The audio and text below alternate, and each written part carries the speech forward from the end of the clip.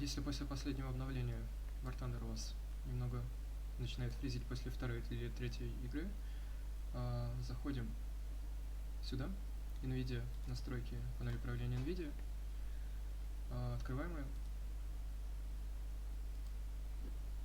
переходим в параметры 3D, управление параметрами 3D. Здесь максимальную частоту кадров ставим под ваш монитор, 60 или 75 или 140, сколько у вас, и включаем потоковую оптимизацию. Здесь включить.